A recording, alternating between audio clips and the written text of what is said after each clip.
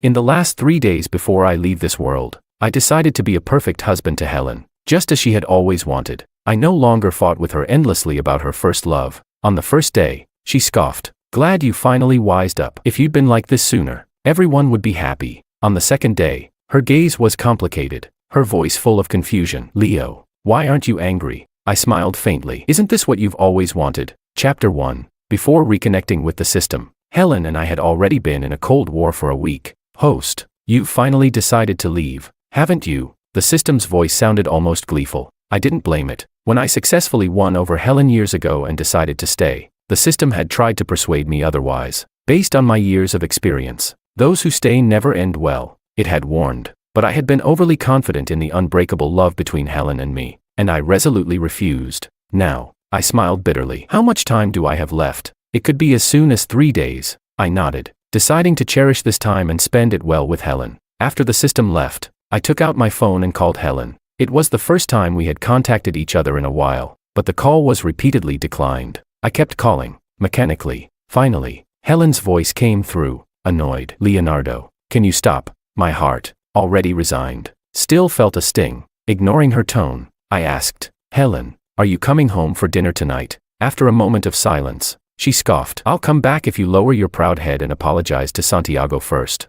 A week ago, Helen had helped her first love, Santiago, celebrate his birthday. Santiago posted a photo on social media, with you by my side. I'll never envy anyone else. In the photo, Santiago was making a wish with his hands clasped, surrounded by luxurious gifts. Helen stood behind him. In the warm glow of candlelight, they looked so happy. Mutual friends commented about what a great love they had. Santiago responded with a shushing emoji. I liked the post and commented, lucky you, having my wife with you. Minutes later, the post was deleted. Helen called me immediately, yelling, Leonardo, are you insane? It's Santiago's birthday, and you just had to ruin it for him. Santiago spoke softly. Helen, don't blame Leo. I was just showing off that you were with me on my birthday. Helen comforted him gently. It's not your fault. He's just being petty, taking it out on you. Her tone turned cold toward me. But he overestimated himself. Nothing is more important than your birthday. Each word was like a knife. I clenched my fists in anger, sneering. Right, of course. Your first love's birthday is more important than our wedding anniversary. Helen paused. She lowered her voice and asked, today is our anniversary. But before I could answer, Santiago's voice came through the receiver again. Leo, I'm sorry. It's all my fault. I'll apologize to you in person. Whatever guilt Helen had felt seemed to vanish instantly. She comforted Santiago and continued scolding me. It's just an anniversary. We can celebrate it any year. But this is Santiago's first birthday since he came back. Can't you be a bit more generous, Leonardo? I told her clearly that I couldn't. Then I hung up. Deep love and stable emotions can never coexist, something Helen never understood. The ice cream cake, with 2 little figures kissing, slowly melted, staining the inscription of our 7th anniversary. I picked up the cake and threw it in the trash. A new message notification popped up on my phone. It was another taunt from Santiago's secret social media account. Leonardo, I told you before, if Helen ever had to choose, she'd always choose me. Do you believe it now? Just hours ago, I didn't. But now, it was a fact. Helen didn't come home that night. When I woke up, she was having breakfast in the dining room. Seeing me, she gave me a cold look and said, come with me to the office later and apologize to Santiago. He couldn't sleep all night because of your comment. I scoffed. I'm not going. I've never heard of the rightful spouse apologizing to the side piece. Leonardo, why do you have to be so harsh? She slammed the table. Santiago is just my secretary. He's lost everything. Can't you show some compassion? I smirked at her. A secretary you've slept with? Helen's expression changed. She threw her bowl to the floor, shattering it. I just watched her. Disappointment piled up in my heart. How did Helen end up like this?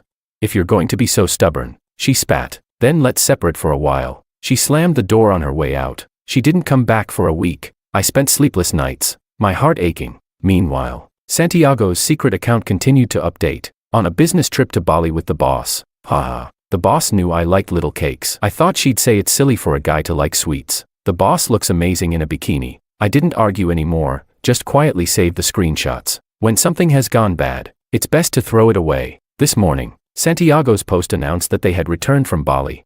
Helen's voice continued through the receiver. Leonardo, did you hear me? Snapping out of my thoughts, I answered, all right. The noisy background on her end suddenly went quiet. A few seconds later, Helen asked again, what did you say? I forced a smile. I said I'll apologize to Santiago. For the last 3 days, I'll do everything you ask, then I'll leave you forever. Chapter 3. I followed the location Helen sent me. The lively private room was buzzing with people. As soon as I appeared at the door, someone spoke up. Leo's here. The teasing voice was full of anticipation. Ever since Santiago returned, Helen and I had been fighting every few days. All our friends knew about it. I scanned the room and found Helen sitting in the center of the sofa. Our eyes met. Her expression unreadable. Santiago was sitting next to her. Leo, I heard you're here to apologize to Santiago. Right. Someone jeered. Helen's friends were the best at going with the flow. When Helen loved me, they called me Leo and never joked with me. Now that Santiago was back, anyone could see his place in Helen's heart. Their attitude toward me had changed. There was a lot more disdain. I stepped forward. Glancing at the wine glasses filled on the table, I picked one up lightly to show my sincerity. I'll drink this glass as an apology to Mr. Han. Helen tilted her head, silently watching me. The people around us were all excited, as if they were watching a show. Leo, what are you doing? Santiago suddenly stood up and grabbed the glass from my hand. Leo, you had every right to scold me. You don't need to apologize. But his expression said otherwise. He looked like I had forced him. A flicker of pain flashed in Helen's eyes, and she stood up, urging him to sit back down. If he misunderstood you, he should apologize. I'm here, so there's nothing to worry about. Santiago looked gratefully at Helen, then after a few seconds turned to me. Then, Leo, just drink this glass, and all our misunderstandings will be cleared. He smiled and handed me the glass. Leo, you're not upset now, are you? I looked at Helen and gave a faint, indifferent smile, taking the glass. Of course not. I raised the glass. Everyone here, be my witnesses. Previously, I misunderstood Helen and Mr. Han's relationship, which caused trouble for Mr. Han. Today, I'll drink this glass as self-punishment, and apologize to Mr. Han. After I finished speaking, I looked around at everyone present. They all seemed stunned. Someone whispered, is this really the Leonardo who never bows his head? Helen, sitting in the center, also looked momentarily stunned. Ignoring her fleeting look of shock, I raised my hand and downed the glass of wine. I was allergic to alcohol, others might not know, but Helen did. As I finished the glass, my body already felt like a piece of driftwood floating in a river. Someone helped steady me. Leo, don't drink anymore. Her face swam before me, and I struggled to recognize her. It was Helen's friend, Luciana. She seemed to be the only one who hadn't joined in the mocking. Thank you, I whispered to her. I then tried to look up and ask Helen if this apology was enough, but I saw Santiago quickly give a look to the others. Immediately, someone jeered loudly. Leo has a good tolerance, but one glass isn't enough to show real sincerity. They maliciously pushed a whole bottle of red wine toward me. Then they looked back at Helen. Helen, don't you think so? Helen frowned, just about to speak. Santiago's voice interrupted again. Don't say that. Leo's lowering himself to apologize to a guy like me. That's already more than I deserve. As long as Leo doesn't barge into the office to humiliate or hit me again, I'll be thankful. Helen looked at him incredulously. He barged into the office and hit you. When? Her voice rose, and the entire room went silent. Chapter 4. It was on my first day as your secretary, Santiago said. Anger rose in Helen's eyes as she turned to look at me. I admitted calmly. That's right. I did go that day. Before that, I had argued with Helen countless times because of Santiago. In the dead of night, Santiago would call her to accompany him to the hospital for stomach pain. When buying clothes, Santiago would send pictures to ask her which one looked best. We argued. We fought. Helen, can't you care a bit more about my feelings? I love you. I can't help but mind you being so close to another man. It hurts me too. You know you're the most important person to me in this world, she had said. She promised to keep her distance from Santiago, but just a few days later, I received a message from Santiago. Leo, what's the point of trying to stop me? As long as I say a few words. Helen still made me her secretary. I thought he was lying, trying to stir up trouble. I believed Helen wouldn't deceive me, but still, with a trace of unease, I went to Helen's office quietly, and there I saw Santiago, sitting in the secretary's office. He propped up his hand, looking smug. Leo, check out my watch. Helen gave it to me as a welcome gift. His smug face disgusted me. I raised my hand and punched him. Santiago, picking up someone's leftovers, aren't you disgusted? He rubbed his face but looked at me with an arrogant smile. Leo, are you scared because you feel like you're losing Helen? Now, Santiago touched his unmarked cheek and said, Leo only punched me once. I'm a grown man. One punch is nothing if it calms him down. Helen's face darkened as she looked at me, eyes filled with rage as if to swallow me whole. Leonardo, I thought you were just possessive and couldn't handle Santiago's return, but I didn't expect you to be someone who would fly into a rage and hit others. Her cold voice showed no compassion. I think even drinking the whole bottle is too lenient for you. I looked up in shock. Is that really how you see me? Helen scoffed. Actions speak louder than words. You know I can't drink. I stared at her. Helen sneered. Then what are you here for today? She looked toward the door behind me. If you're not here to apologize,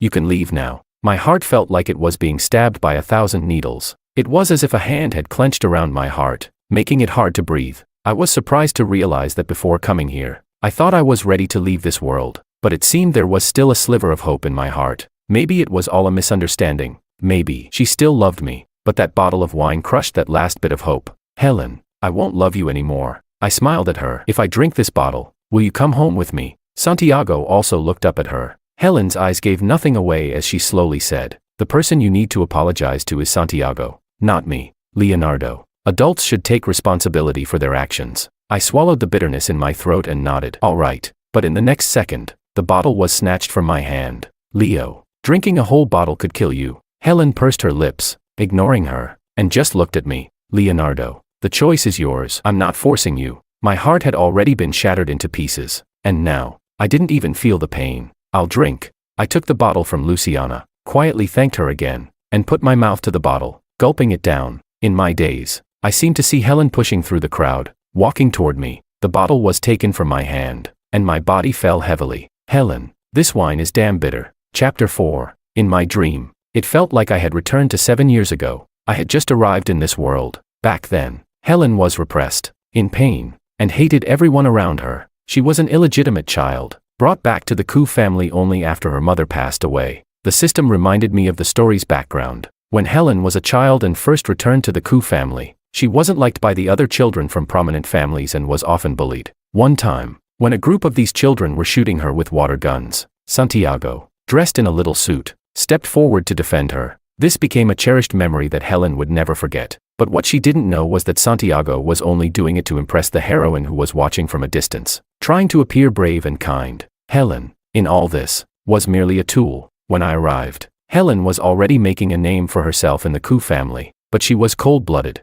ruthless in business, and not favored by the patriarch of the Koo family. I, the youngest son of a family that had been friends with the Koo family for generations, had just returned to the country and was introduced to her as a potential match. Initially, Helen had no interest in me. For an entire month, there was no progress. Then, one day, I attended a landmark negotiation on behalf of my father, and Helen was there as well. At the dinner, an important figure deliberately made things difficult for me, insisting I toast each person at the table. After one glass, my body started itching, red rashes slowly appearing. As I lifted the second glass to my lips, someone reached out and stopped me. It was Helen. She took the glass from my hand and smiled faintly at everyone. The Koo and Jean families are close. I'll take the remaining toasts on Leo's behalf. Amidst the clinking glasses, she subtly shifted the conversation away from me, and leaned in to whisper, if you're allergic to alcohol, I suggest you quietly leave now and take some medicine. I'll cover for you. I paused, looking up at her, but her eyes had already brightened as she smoothly joined in the conversation with everyone else, confident, poised, at ease. In that moment, I knew I had fallen for her. I began deliberately showing up around her, slowly softening her sharp edges, helping her build a closer relationship with the Koo family patriarch. I also used connections from the Jean family to help her secure one contract after another, increasing her influence within the Koo family. Our joint efforts left footprints across the globe. During a negotiation in Southeast Asia, we got caught in a crossfire between local factions. We were trapped for 3 days and nights. As we were about to leave the jungle, we encountered bandits. I stepped in front of her, and a bullet hit my left chest. In that critical moment, the backup we had arranged finally arrived, rescuing us from the group of desperados. In the car that took me to the hospital, Helen's eyes were swollen from crying, her tears falling heavily onto me. She was trembling all over, asking why I was so foolish, begging me to hold on. She said, we haven't had our wedding yet. You haven't become my husband. You can't die. At that moment, I really thought I would die on that land. I raised my hand to touch Helen's face and forced a smile. Don't cry, Helen. I came to this world just for you. At the same time, the system notified me, host, progress is at 100%. Congratulations. You've succeeded. Luckily, the bullet hadn't hit a fatal spot, and I survived. After 3 months of recovery, I married Helen in a grand wedding that made headlines worldwide. On countless nights after we were married, during our passionate moments, she would repeatedly tell me she loved me. By then, Santiago had already married the heroine overseas. I thought there would be no more complications in our world. In a daze, I felt someone trying to undress me. I pushed her away forcefully. Don't touch me. The person hesitated, her hand pausing over the scar left by the bullet. The wound had long healed, new flesh growing over it, but the memory of that moment was forever etched onto my body. She seemed stunned for a long time. She coaxed softly. Stop fussing. Let's get you changed and take a bath. She kept muttering things I couldn't make out. I covered her mouth. So noisy. Then suddenly, I felt a surge of sadness and gave a bitter laugh. She asked what I was laughing about. I said, my wife has fallen for someone else. I love her, but she doesn't love me anymore. She seemed stunned. After that, I don't know what happened. I fell into a deep sleep. When I woke up again, it was already daylight. Sunlight filtered through the curtains. Light and shadow danced across the bedroom. The system's voice spoke up. Host, you have to leave tomorrow. Do you have any regrets? It reminded me. Helen is just outside. As soon as the system's voice faded, Helen appeared at the door with honey water. She spoke softly, her expression somewhat unnatural as she looked at me. Leo, you're awake. Chapter 5. I didn't take the glass, instead drinking from Helen's hand. This kind of intimacy was something we hadn't shared in a long time. After Santiago came back, I found Helen repulsive, and we had been sleeping in separate rooms. Helen's eyes brightened, and a smile appeared on her lips. You knew you couldn't drink, but you insisted, she said, her voice laced with reproach. But almost immediately, she seemed to remember that she had been the cause of it all. She fell silent, a trace of guilt flashing in her eyes. It seemed like she was waiting for my usual sarcastic response. This was the way we had interacted most often recently, but I only smiled apologetically. You're right, I won't do it again. Helen looked up at me, surprised. She wanted to say something, but her mouth opened and closed without a word. I spoke first. Helen, will you come with me to see Grandpa today? She nodded immediately. Of course. Grandpa has been asking about you for a while now. We went to the supermarket together, holding hands as we walked to the health supplements section. I carefully picked out one item after another. Every now and then, I would ask for her opinion. After several times, she laughed helplessly. Are you planning to buy out the whole supermarket? I looked over and realized that the supplements I had chosen were already piled into a small mountain. Helen continued teasing. Looks like we brought the wrong car today. Should have brought a truck instead of the Bentley to carry all your loot. I smiled. Better to buy more now, so Grandpa won't run out later. We can always come back if we need more. She replied casually. I smiled without answering, just lowered my head and continued picking out items. But somehow, I felt a pair of eyes watching me, scrutinizing me. I didn't want to think too much about it and ignored it. Once I was done, I asked Helen to call the housekeeper to pick up the supplements. We only carried the best 2 items ourselves. When we reached the underground parking lot, I suddenly exclaimed, oh no, I forgot. Helen, seeing my anxious expression, quickly asked what was wrong. I immediately opened the car door and got out. I forgot to buy knee pads and a back brace. Grandpa's knees and back aren't in great shape. Helen followed me out of the passenger seat, grabbing my hand with an exasperated smile. It's still hot now. He doesn't need knee pads or a back brace yet.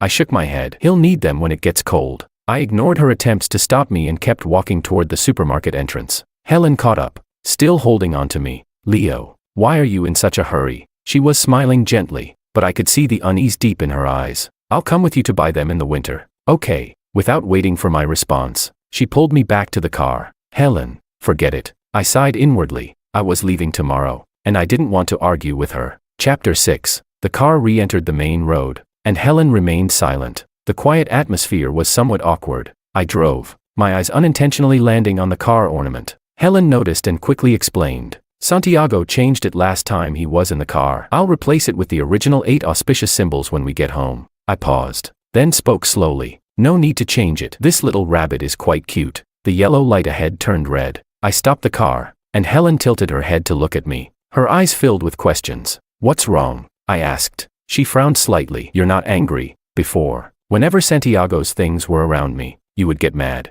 I smiled faintly. So that was it. Now that I didn't care, how could I be angry?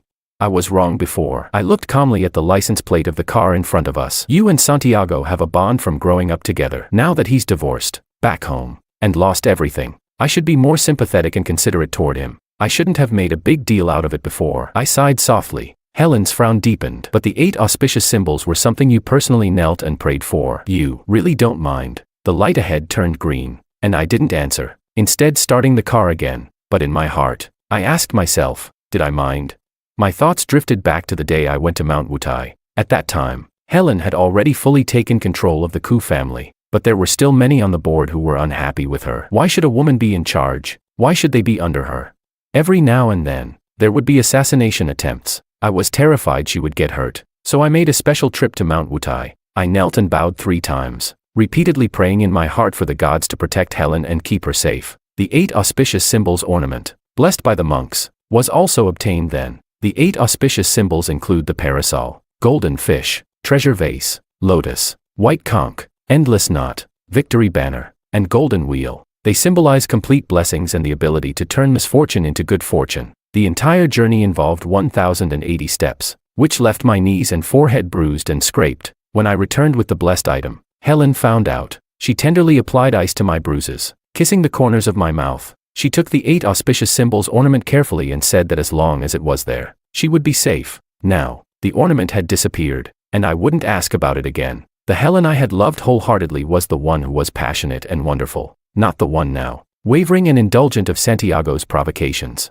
Leo. She called my name, but her phone interrupted. It was Santiago. Helen hesitated, but I smiled and motioned for her to answer. Before she could react, I reached over and connected the call to the car's Bluetooth system. Helen. Santiago's voice came through. Chapter 7. Helen looked at me awkwardly. What's wrong, Santiago? Helen. I stepped on a nail, and it pierced my foot. I can't stand up right now. Can you take me to the hospital? He shifted the camera angle. In the video, there was indeed a nail sticking out of Santiago's foot, but it wasn't deep. I couldn't help but chuckle. He would go to any lengths to get Helen's attention. Hearing my laugh, Santiago's voice became deliberately anxious. Helen, is Leo there too? Am I bothering you too? He lowered his voice. I'm sorry, Helen. I didn't mean to. You know I have no family here anymore. Forget it. I'll handle it myself. On screen, Santiago pretended to try to pull the nail out, only to wince dramatically in pain. Don't move.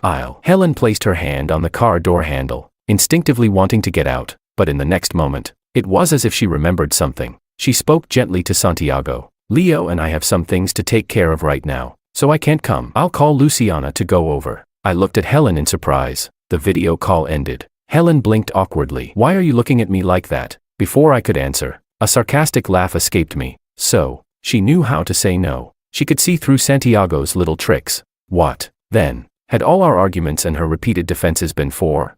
Seeing I wasn't answering, she dialed Luciana's number on her own, asking her to check on Santiago. Luciana shot back. Girl, I can help you with other things, but I can't do this. Just seeing that green tea guy makes me sick. You always pity him, but his misery isn't Leo's fault. Don't blame me for not warning you. If you keep letting him lead you by the nose, you'll end up really hurting Leo one day. The system suddenly spoke. Host, this Luciana is a true friend. The unexpected voice startled me, and I almost crashed into the car in front of us. Helen was the one who steadied the steering wheel, preventing the crash. I instinctively thanked her. She looked momentarily surprised, then said, Leo, we're husband and wife, no need to be so formal. I composed myself. I need to focus on driving. Just as we were about to reach the Ku family estate, Helen's phone rang again. It was Santiago. Helen showed a flash of irritation as she answered. What now? Her cold tone seemed unfamiliar to Santiago. He was silent for a few seconds. Helen, are you really not going to help me?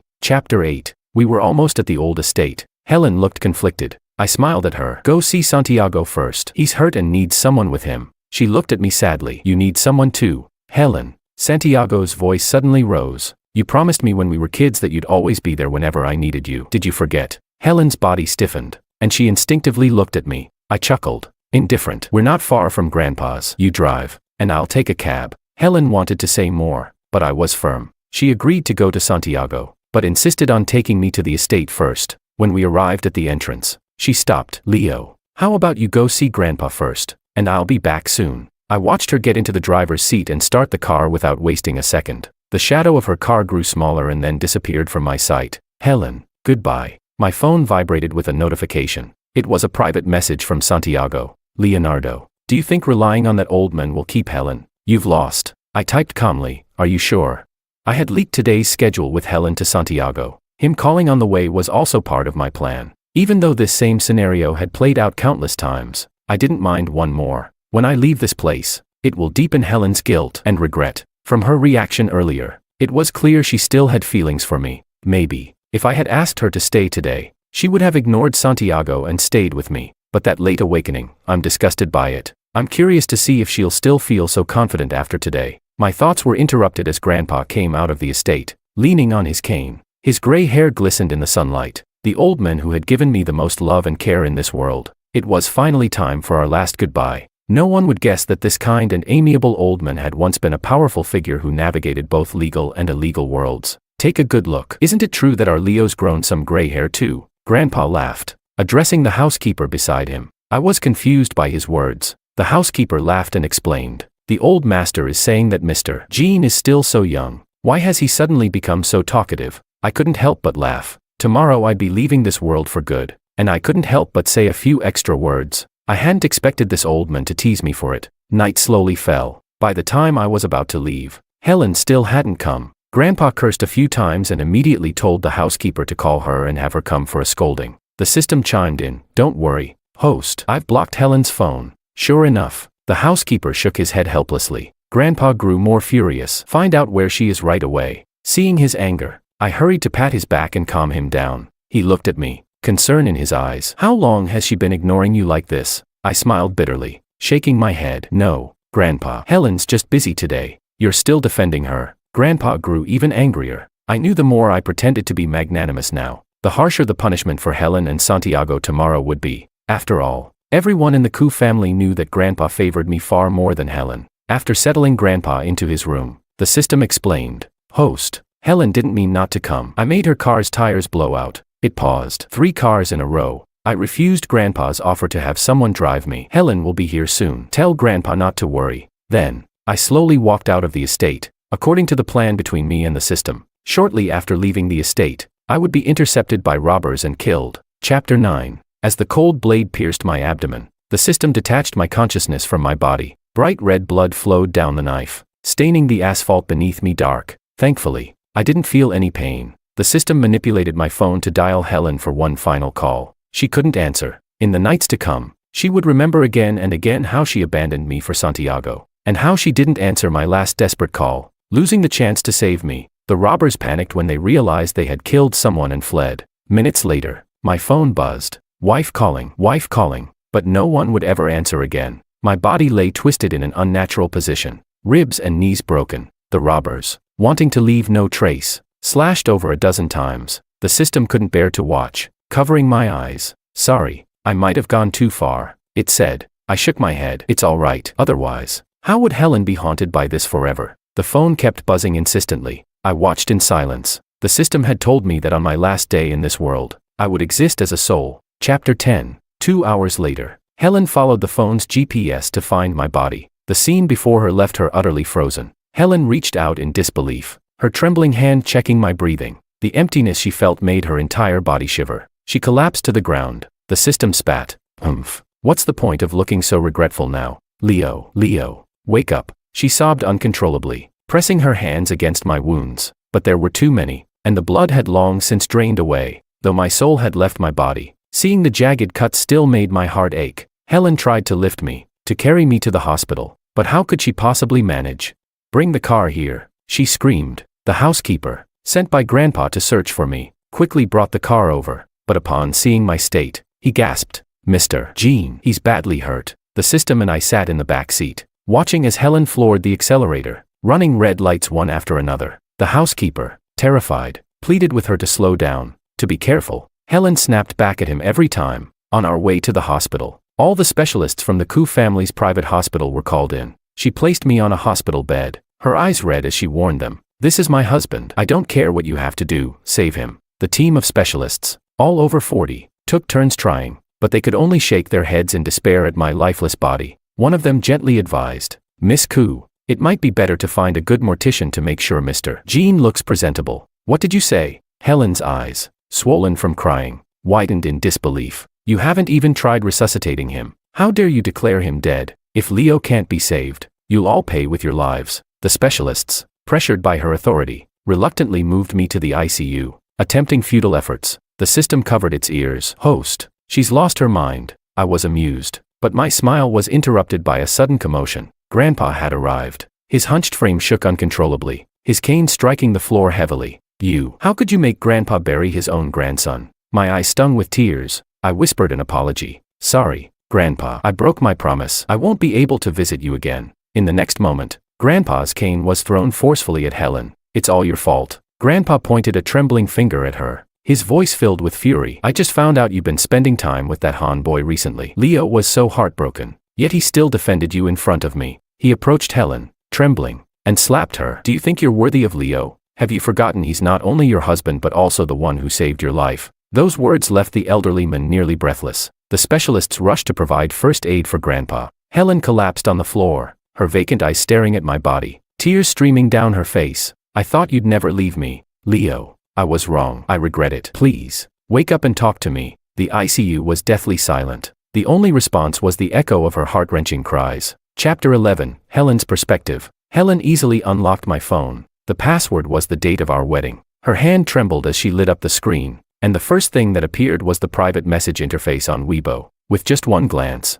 Helen felt as if she'd been electrocuted, frozen in place, her eyes full of shock. She slowly scrolled through the screen. The provocations and insults from Santiago over the past few months unfolded before her, one by one, without a single word missing. In that moment, Helen's world seemed to completely collapse. She watched the indulgence she had once shown Santiago transform into countless venomous snakes, biting into her husband. A vibration came from WeChat, and Helen switched to the WeChat interface. It was a message from my personal doctor, Mr. Jean. Why haven't you come for follow-up treatment recently? She scrolled up. Soon, she found the diagnosis that confirmed I had severe depression. Diagnosis: extreme emotional distress, complete lack of vitality, frequent feelings of helplessness and despair, suicidal ideation, significant sleep disturbances. Helen looked at the date of the diagnosis. It felt familiar. Suddenly, she remembered. That was the day Santiago joined Q Corp as her secretary. The doctor had asked, "Why do you feel this way?" Leonardo had replied,